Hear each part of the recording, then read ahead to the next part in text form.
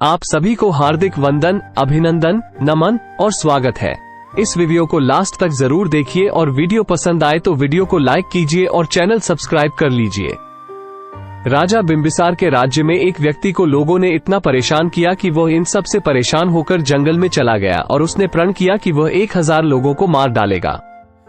जिस पहाड़ी पर वह व्यक्ति रहता था उस पहाड़ी पर जाने का रास्ता गांव वालों ने बंद कर दिया था ताकि वहां कोई जा न सके, क्योंकि जो व्यक्ति उस पहाड़ी पर जाता वह व्यक्ति उसको मारकर उसकी अंगुलियों को काट लेता और अपने गले में डाल लेता था। लोगों को मारकर उनकी अंगुलियों को काटकर उनकी माला बनाकर गले में डाल लेता था, इसलिए लोगों ने उसका नाम डांकू अंगुलिमाल रख दिया। एक समय जब महात्मा गौतम बुद्ध बिंबिसार के राज्य से भ्रमण कर रहे तो वहां पर एक औरत रोते रोते उनके पास पहुंची। गौतम बुद्ध के शिष्य ने औरत से रोने का कारण पूछा तो उसने बताया कि उसका पति और बेटा एक व्यापारिक दल के साथ जा रहा था, लेकिन वो दल से पीछे रह गए। जब उन्हें ढूंढा गया तो उनको मरा हुआ पाया गया और उनकी अंगुलियां काट ली गई थी, तो गांव वाले समझ गए कि यह काम अंगुलिमाल का है। महात्मा गौतम बुद्ध ने डांकू अंगुलिमाल के बारे में गांव में पूछा, तब उन्हें पता चला कि जिस पहाड़ी पर वह रहता है वहां से कोई नहीं जाता और जो जाता है उसे वो मारकर अंगुली की माला बना लेता है। महात्मा बुद्ध डांकू अंगुलिमाल से मिलने उस पहाड़ी पर जाने लगते हैं तो उनका शिष्य और गांव वाले उन्हें रोकने लगते हैं।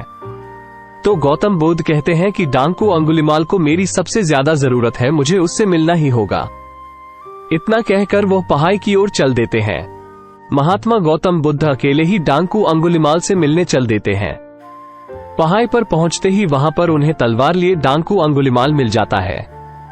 वो गौतम बुद्ध से कहता है कि हे सन्यासी, वहीं रुक जा, आगे मत बढ़ना वरना मैं तुम्हें मार दूंगा। ये बात सुनकर भी महात्मा बुद्ध नहीं रुकते और डांकू अंगुलिमाल के पास जाकर उससे भिक्षु बोलते हैं, तो वो और भड़क जाता है और बोलता है कि तुम्हें अपने प्राणों का मोह नहीं है, मैं अभी तुम्हें मार दूंगा।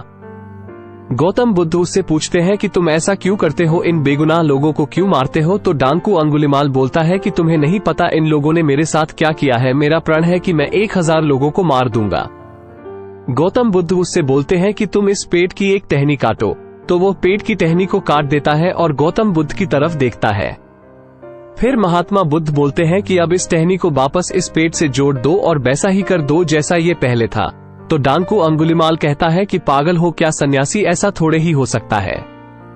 गौतम बुद्ध डांकू अंगुलिमाल से कहते हैं कि काटना बहुत सरल है, जोड़ना बहुत मुश्किल होता है। तूने 999 को काट दिया, अब एक को जोड़ के बता, क्या ऐसा कर सकते हो? गौतम बुद्ध उससे कहते हैं कि जब तुम इसे लगा नहीं सकते तो तुम्हें इसे काटने का भी अधिकार नहीं है। इसी तरह जिन लोगों को तुमने मारा है, क्या तुम उन्हें वापस जिंदा कर सकते हो? डांकू अंगुलिमाल सर झुकाकर निरुत्तर खड़ा रहता है। अब उसे समझ आ गया था कि वह क्या कर रहा था और वो गौतम बुद्ध के पैरों में गिर जाता है। वो कहता है कि मैंने ये क्या कर दिया, मुझे मेरे कर्मों से अवगत कराने वाले प्रभु आप कौन हो? तो महात्मा बोलते हैं, मैं हूँ गौतम बुद्ध। महात्मा गौतम बुद्ध उससे बोलते हैं कि मेरी शरण में आ जाओ। डांकू अंगुलिमाल गौतम बुद्ध के पीछे पीछे बुद्धम शरणम गच्छामि कहते कहते चलने लगता है और वो सन्यासी बन जाता है। ये बात राजा को पता चलती है कि डांकू अंगुलिमाल सन्यासी बन गया, तो राजा बहुत खुश होते हैं और सोचते हैं कि समस्या हल हो गई। गौतम बुद्ध ने डांकू को भिक्षु बना दिया और बोला, जाओ भिक्षा लेकर आओ। वह उसी गांव में भिक्षा लेने गया जिनके घर बालों को उसने काटा था। उन लोगों ने उसे पत्थर मारे, बहुत पत्थर मारे और वो लहू लुहान हो गया। वो लहू लुहानन गौतम बुद्ध के पास आता है तो बुद्ध पूछते हैं कि दर्द हो रहा होगा, तो वो कहता है कि ये दर्द तो शरीर को हो रहा है, आत्मा तो शुद्ध हो गई है। एक विचार ने डांकू अंगुलिमाल की जिंदगी बदल दी, इसीलिए कहते हैं कि एक विचार आपकी पूरी जिंदगी बदल सकता है। आप सभी को बहुत बहुत धन्यवाद। अगर आपको ये